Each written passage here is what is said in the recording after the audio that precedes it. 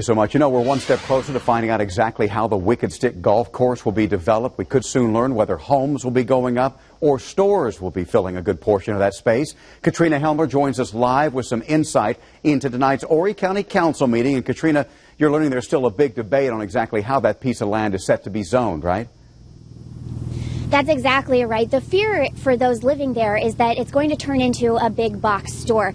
And so what makes tonight's first reading so important is that it could mean big changes for that neighborhood. Now, we've been following the developments with the rezoning and this potential sale of Wicked Stick golf links along Bypass 17 for months now. 2 parcels of land are already zoned as residential. The parcel of land that is still in question is 35 acres zoned as highway commercial, meaning it could be anything from a big box store to a junkyard. That zoning no longer exists, so the county has to rezone it before it can be sold.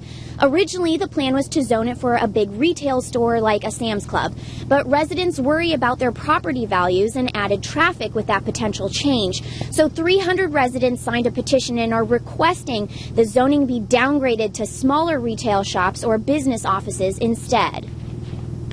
It's in negotiation right now between Councilman Loftus and the owners of Wicked Stick Golf Links. The actual latest that I heard on there was we were going to see how gracious they were going to be for the Christmas holiday. So the holidays are over, and I'm hoping that Councilman Loftus has a gift for us at the council meeting on Tuesday night.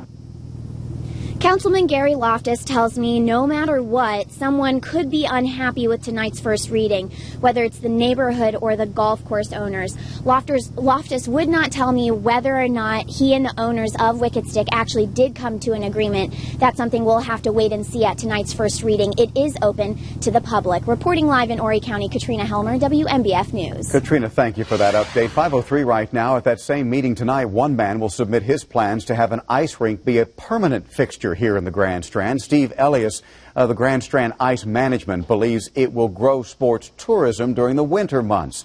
Elias helped bring that one that's currently at the Myrtle Beach Mall. Managers tell us the rink has met their expectations. Elias wants your support now. He has a survey posted online asking people what they would use the permanent ice rink for. To fill it out, just head to WMBFnews.com. We've got a link posted to that story under the local tab. And we have more details this morning after shots were fired on Gray Street in Myrtle Beach. 2 people are in jail this morning. Myrtle Beach and Horry County Police both called to the scene. Police tried to stop a red Camaro that was possibly involved in the incident. Officials tell us the suspects took off and were chased on foot into an apartment complex. A canine team was then used to help find the suspect. That case remains under investigation. A man in the PD facing charges in connection to an active meth lab. The Florence Sheriff's Office tells us the lab was found during a traffic stop on Highway 52 bypass in Darlington County. 26-year-old Daniel Young has now been charged with manufacturing and distributing methamphetamine. A crew from Columbia was then called in to clean that lab up. This morning, the search is on to find 2 suspects after a home invasion in Conway. Horry County Police say 2 men invaded the home on Ford Taylor Road and pointed a firearm at a man inside. It happened Sunday. The victim said the men were wearing hunting masks and locked him inside of a bathroom. Then they took several televisions and a shotgun before leaving that home. No one was injured. If you know anything about this case, call police. Meanwhile, today, former State Representative Thad Vyers will go before a judge as part of a federal money laundering case against him. Federal prosecutors say Vyers laundered money and lied to IRS agents. The Myrtle Beach Republican has pleaded not guilty to 14 charges. Vyers faces decades in prison if convicted. He served in the South Carolina House from 2003 until 2012. Also today, an announcement about plans to strengthen laws for human trafficking. Attorney General Alan Wilson will discuss the issue in Columbia this morning. We should learn how the new laws will help authorities take quick action on the crime to help victims. That news conference also marks the start of Human Trafficking Prevention Month. We have 2 traffic alerts for you this morning. The 100 block of East Carolina Avenue will be partially closed next Monday. Crews in Hartsville will be doing sewer improvements there, including installing a new manhole for maintenance access and a new sewer line in general. The work is expected to last about 3 days. You might want to choose another route during that time to avoid delays.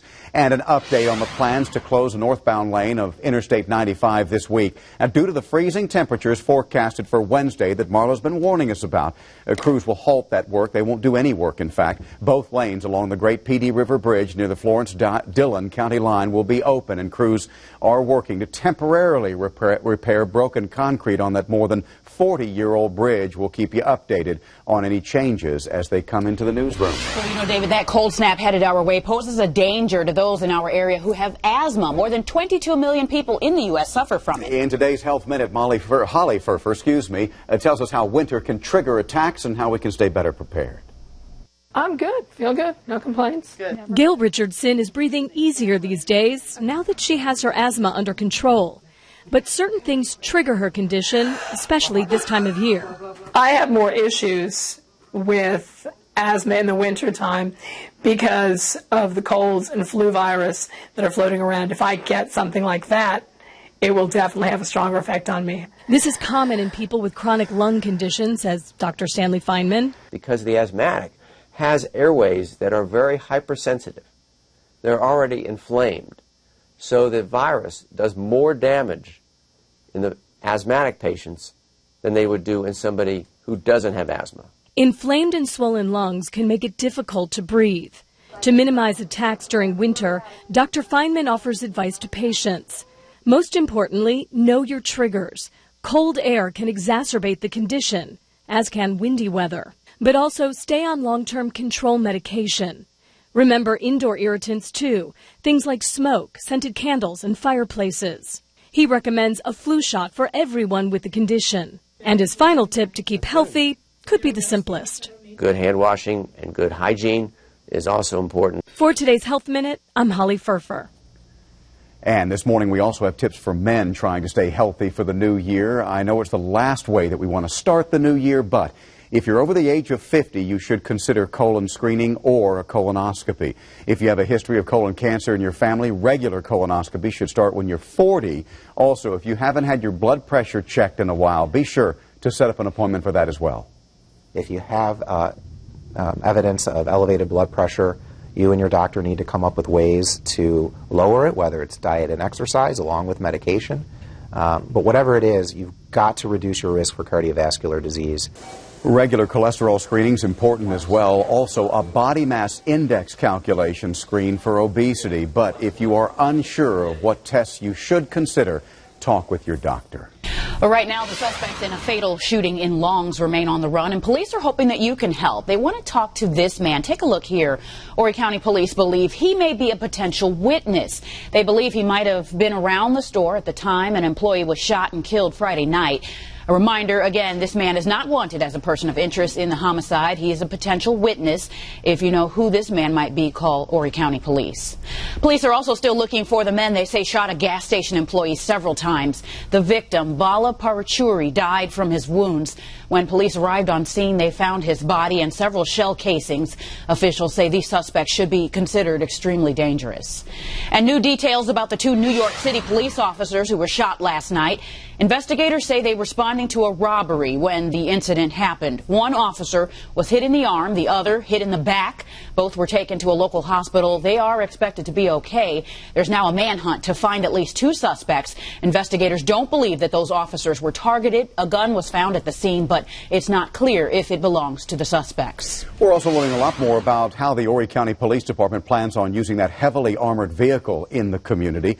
The police chief tells us it's for rescue efforts primarily during situations like natural disasters.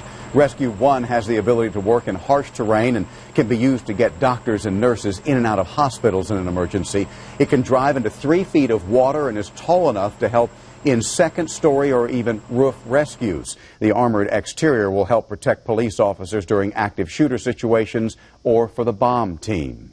New video this morning shows a winter storm system causing dangerous driving conditions across much of Iowa. Take a look at this. Icy roads to blame for a massive pileup along Interstate 80 near Altoona. 5 people suffered non-life-threatening injuries after a crash involving some 25 vehicles. Traffic on the westbound side came to a complete stop for hours as police worked to remove the cars.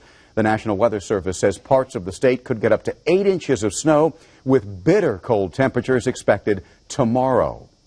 And that's not all the winter headlines we're keeping an eye on for you. A huge landslide. Take a look at this. Caught on camera. hundreds now trapped. You're going to hear from those who were able to make it out. And our chilly start this morning is just a preview of things to come. I'll have the latest when those temperatures will take a record plunge in 3 minutes.